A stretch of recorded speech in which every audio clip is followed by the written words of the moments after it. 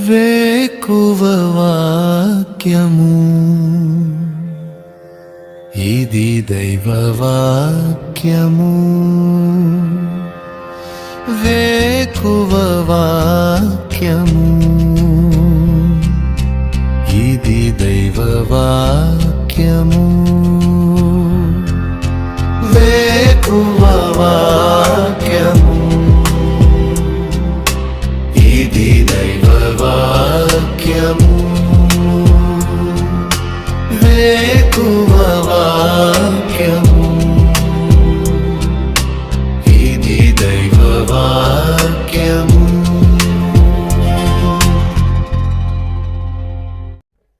వేకువ వాక్యము wake up word కొరకు ఈ ఉదయకాల సమయంలో వేకువ జామున పరిశుద్ధ గ్రంథం బైబిల్ నుండి 1 సమూయేలు గ్రంథం 1వ అధ్యాయము 8వ వచనం.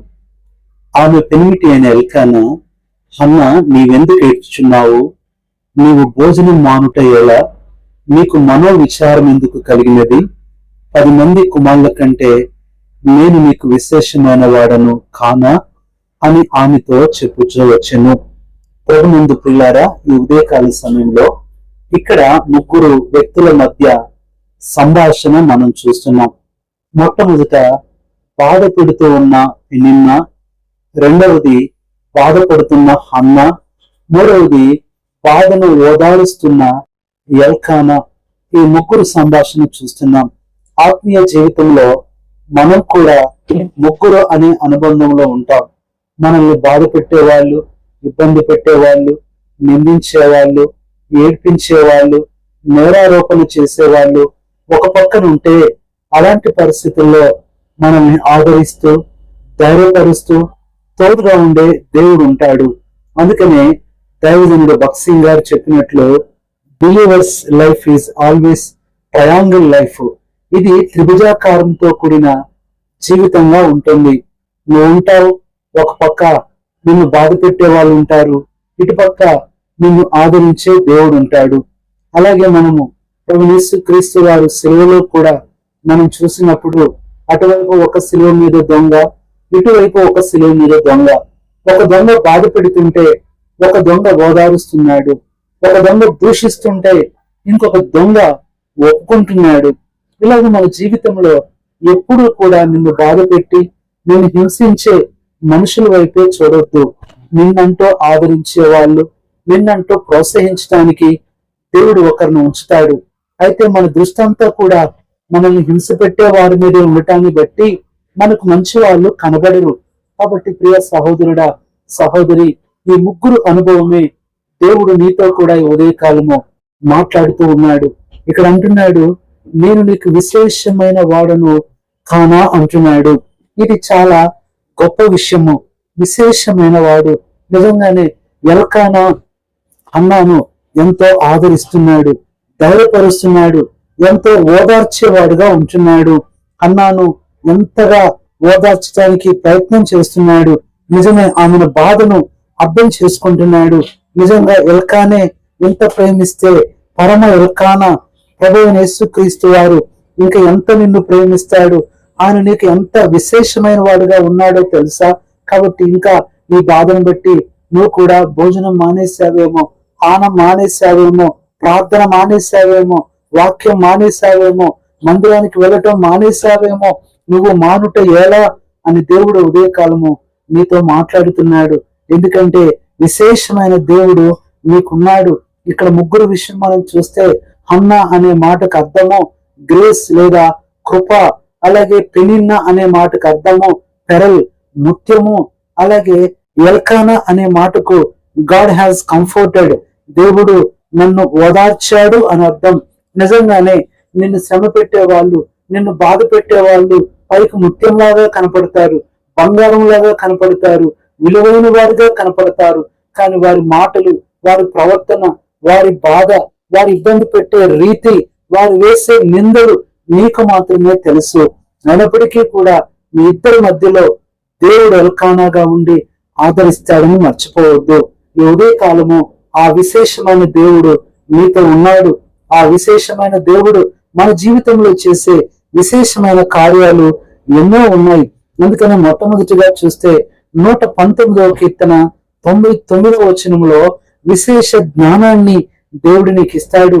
అందుకనే పరమగీతం 5:9లో ఆ ప్రియురాలతో అంటున్నారు, వేరు ప్రియుని కన్నా నీ ప్రియుని విశేషమేంటి?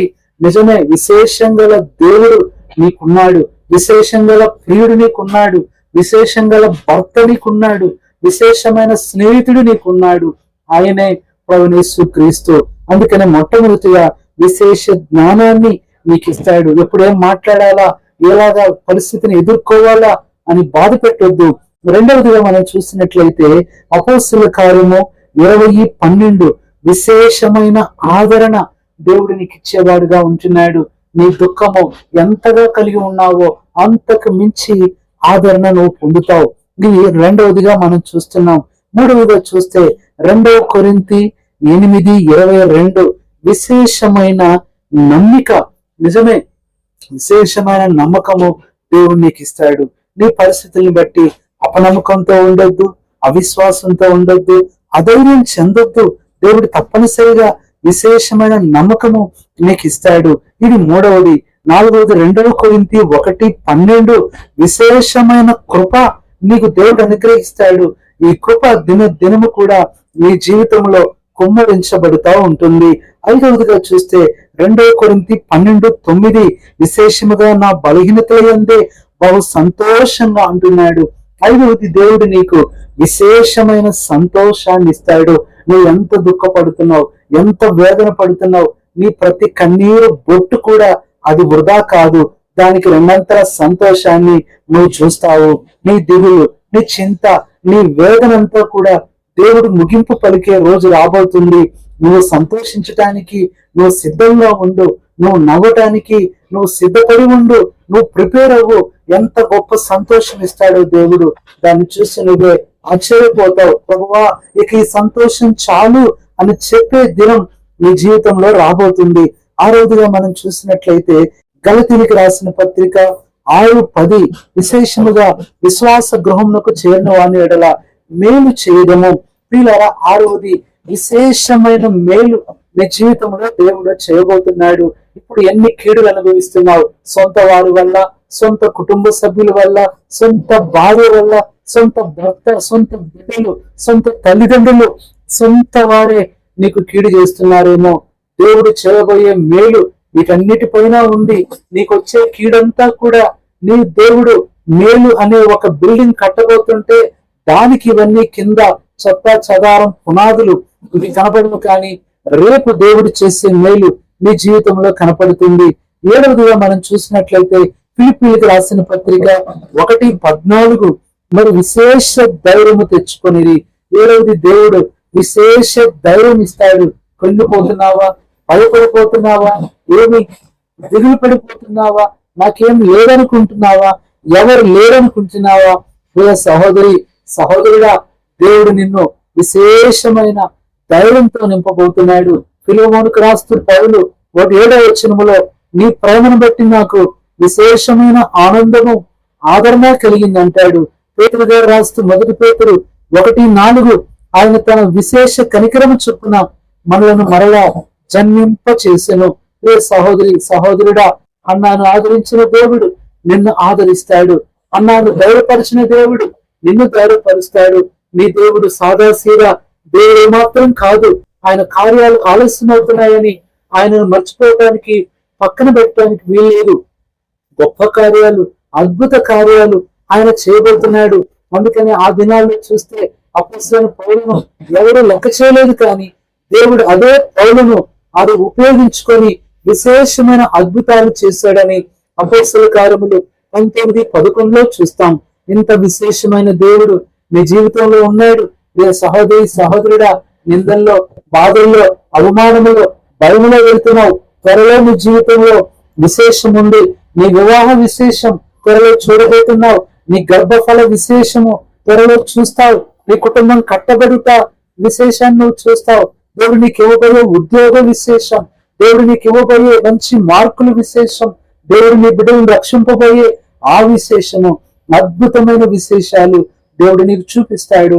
ఈ రోజు నమ్ము, విశ్వాసంతో విశేషముగా ఆయన యందు నమ్మిక ఉంచి విశేషముగా ఆయన మీద ఆధారపడు, విశేషమైన ప్రేమతో ఆయన్ను ప్రేమించు.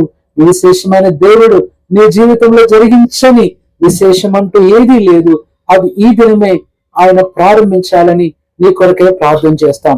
పరిశుద్ధుడు అయిన తండ్రి, ప్రభువైన యేసుక్రీస్తు నామంలో ఈ పాదములకు వందనాలు, స్తోత్రాలు చెల్లించుకుంటూ ఈ ఉదయకాల సమయంలో ప్రభువా, విశేషమైన దేవుడు చేసే విశేషమైన కార్యాలు, అద్భుతాల గురించి మాట్లాడుతూ వచ్చారు. హన్నాను బాధపెట్టి పెనిన్నా ఆదరించే ఎల్కానా ఈ మూడంతల ఆత్మీయ జీవితంలో మాకు తోడుగా ఉంటానని ధైర్యపరుస్తారని మాట్లాడారు. ఈ మాటలు వింటున్న మా ప్రియులు ఏ దిగులు, ఏ వేదన, ఏ దుఃఖం, ఏ బాధ గుండా వెళ్తున్నారో ఇప్పుడు వారిని దర్శించి విశేషంగా ఆదరించి సహాయం చేసి గొప్ప విజయాన్ని దయచేయమని వందనములు చెల్లిస్తూ మా ప్రభువైన యేసుక్రీస్తు నామములో ప్రార్థిస్తున్నాము తండ్రి, ఆమేన్. మన పరమ తండ్రి అయిన దేవుని ప్రేమ, మన ప్రభువైన యేసుక్రీస్తు కృప, పరిశుద్ధాత్మమైన సహవాసము, విశేష కనికరము సదాకాలం తోడైండి నడిపించును గాక. ఆమేన్. హృదలలో దాచుటకు కన్నీటినంతటిని తుడుచుటకు దినమంతా సిద్ధపరచుటకు దైవ చిత్తం గ్రహించుటకు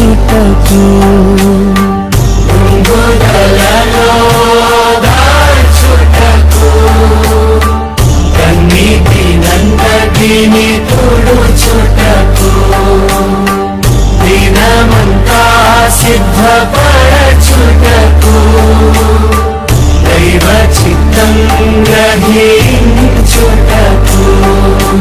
వేకువ వాక్యము, ఇది దైవ వాక్యము. వేకువ వాక్యము,